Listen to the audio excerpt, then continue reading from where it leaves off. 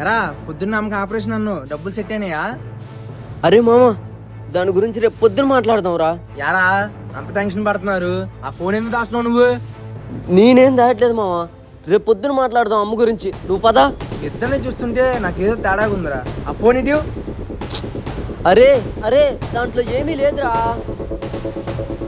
ఎరా కొంచెమైనా సిగ్గుందా? పొద్దున్న ఆమెకు ఆపరేషన్ పెట్టుకొని ఇక్కడ బెట్టింగ్లు ఆడతారా? అరే నేనేం కావాలని చేయలేదురా.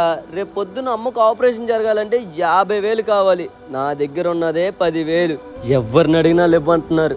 నాకు ఈ మార్గం తప్పించి ఇంకే మార్గం కనపడలేదురా. అరే ఈ బెట్టింగ్లు అయ్యి నీకు తెలియదురా, ఉన్న డబ్బులు కూడా పోతాయిరా. నా మాట వినరా. రే ఇలాంటి వాళ్ళు నీతి చెప్పడం చెప్పి దేనికే పనికిరారా. ముందా ఫోన్ తీసుకో. సర్లే మామ, ఈ ఫోన్ తీసుకో. గెలిచేసాంరా. చెప్పాను కదరా గెలిచేస్తామని. పదా అడుగు చూపిద్దాం. ఎరా గెలవలేమన్నా, ఇదిగో గెలిచి చూపించాం. తెలిస్తే మంచిదే కదా, ఇతర చేసుకో. నీకు చూపిద్దామనే ఆగా, చేస్తాను ఆగు. అరే ఉన్నట్టుండి వెబ్సైట్ అయిపోయి కనిపించట్లేదేంట్రా? రే ఒకసారి బ్యాక్ వెళ్ళి ట్రై చేయరా. వెబ్సైటే లేదురా. బెట్టింగ్ అన్ని పెద్ద ఫ్రాడ్ రా, అప్పుడే చెప్తూనే ఉన్నా, విన్నావా? అరే నాకు ఇప్పుడు ఏం చేయాలో అర్థం కావట్లేదురా. తెల్లారితే ఆపరేషన్, అమ్మని ఎలా బతికించుకోవాలో తెలియట్లేదురా.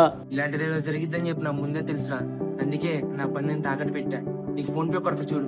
అరే నా సమస్యను అర్థం చేసుకున్నందుకు థ్యాంక్స్ రా మామ. నువ్వు నా బాధనే కాదు, మా అమ్మ ప్రాణాలను కూడా కాపాడావురా. ఈ అమ్మ ఏంట్రా, మన అమ్మ. ఇప్పటికన్నా ఒకటి చెప్తే గుర్తుపెట్టుకో, కష్టపడకుండా వచ్చిన రూపాయి మన దగ్గర ఎప్పుడు నిలవదురా.